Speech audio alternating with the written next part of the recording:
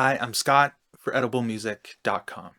Reverb is a super important part of a mix, as are other spatial effects like choruses and delays. And reverb is super fun to use as well. Once you've got your initial balance set and things are starting to sound good together, and you start bringing in your reverbs, it begins to sound bigger and more beautiful and closer to finished. The problem with reverb, though, is that if you bring in too much of it, it can start to overpower the mix balance that you would have established during that initial stage. If you've ever been to like a reception hall or even a restaurant or a bar that has it's this big room and it's packed, it's crowded, and everyone's talking, and all you can hear is just this din coming at you. That's what reverb can do in your songs as well, and it doesn't help. I hate that sound. It makes me wish that I could EQ the reverb of the room that I'm in somehow, but I can't, so I have to put up with it. When you're mixing, you don't have to put up with it. You can deal with it. So I'll show you how to EQ your reverbs so that they're fitted more neatly into the song and into the mix balance that you've established. We'll start with drums. I'll play you the drum reverb channel.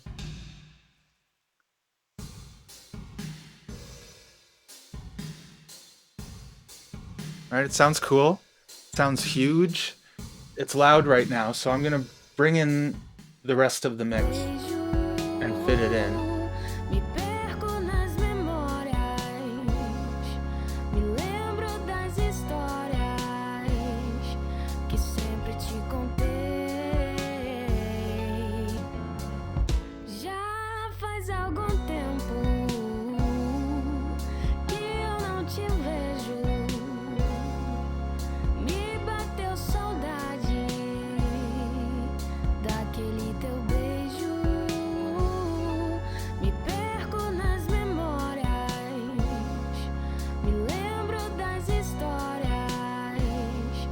And balancing the fader on the return channel is going to get us part of the way there. EQ will get us the rest of the way there. Now, I want to EQ the low end, and I'll show you the difference that it makes. So focus your ears on the kick and the bass. As I bring up this high pass filter, then you'll notice that the bass and the kick start to come forward a little bit, whereas right now the reverb is kind of in the way, so we'll push it out of the way.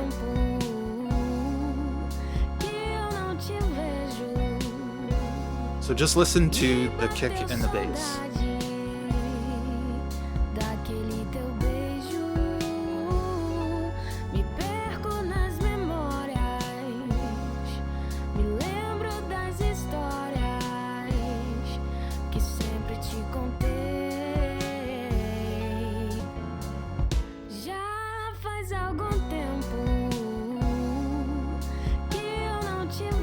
I'll turn the reverb up a little bit just because we lost some gain. I want you to still be able to hear it. I'll exaggerate it a little bit actually.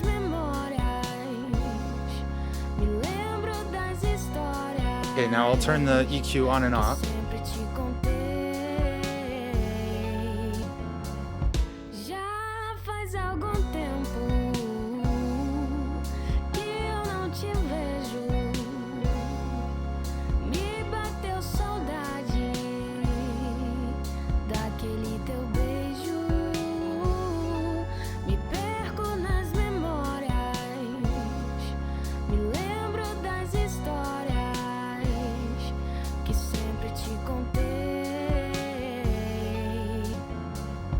Right, having pushed the high pass filter up to this point, it allows the snare and the bass and the kick to remain nice and close. If you want your drums to sound really big and really spacious, then you wouldn't need to high cut this high, but I want the drums to feel a little bit more forward in this song in particular. If you're working on like a huge rock and roll song, then let it rip. Now let's do the same thing with the vocal reverb. And still, we're gonna listen just with our ears focused on the kick and the bass.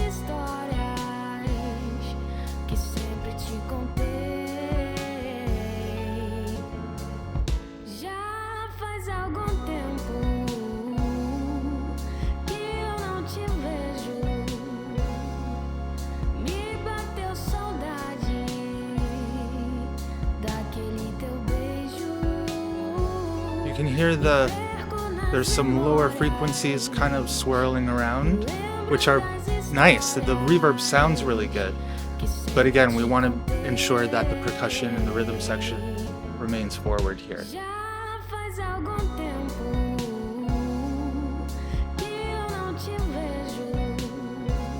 And you'll notice that it also kind of focuses the reverb and focuses the vocals, pushes the vocals forward.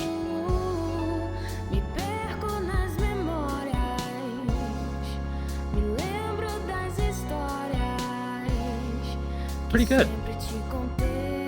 You also want to think about this with delays. So here's a vocal delay I have on here. It's kind of nice and wobbly. The delays are offset. I think it sounds cool. But if I turn that up,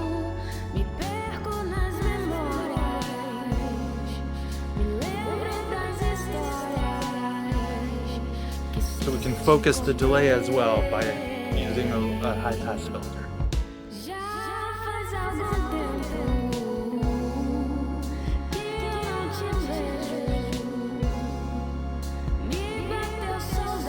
Now you'll notice on this vocal delay that the consonants that the vocalist performs are being obviously repeated in the delay.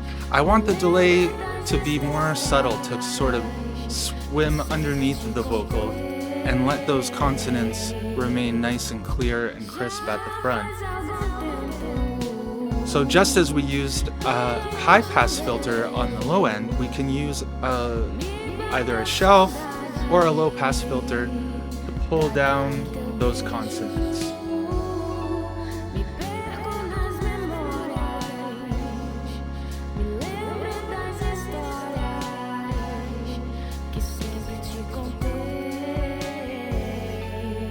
Let's focus on those in particular as well.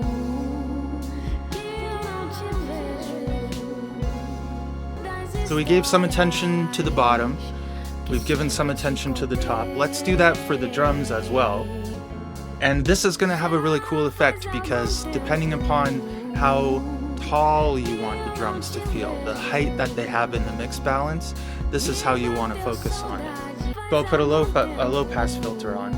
And as I bring this down, listen to how the drums start to feel lower. And I'll bring it back up again and they'll start to feel higher. It's pretty cool.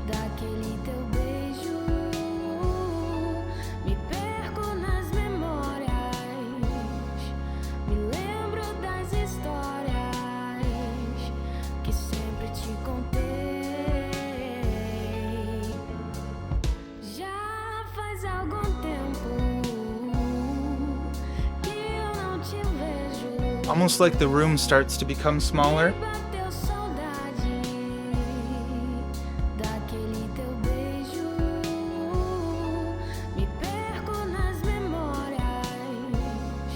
That's how the drums start to feel taller there.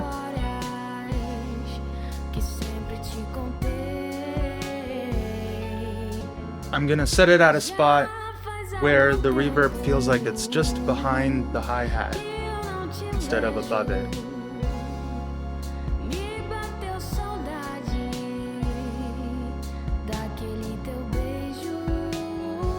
All right there.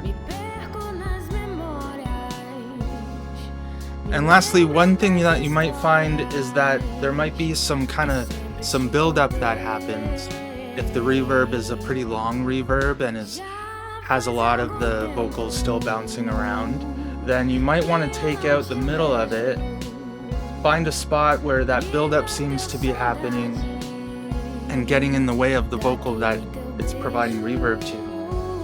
And just pull that out of the reverb so that it's not covering up the vocal.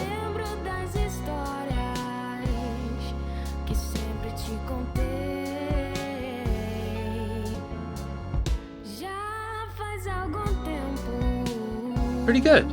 So when you're using reverb, sometimes it's useful to almost think about it as its own track that you want to process, using EQ, using compression sometimes. but balancing it within the rest of the mix. It's important, of course, to listen to how the reverb responds to the track that's being sent to it, whether it's vocals or drums or guitars or whatever else. But you also want to listen to how that reverb interacts with the rest of the balance and make sure that the reverb is fitting in there and not obstructing other parts of the arrangement. Give it a shot and have fun.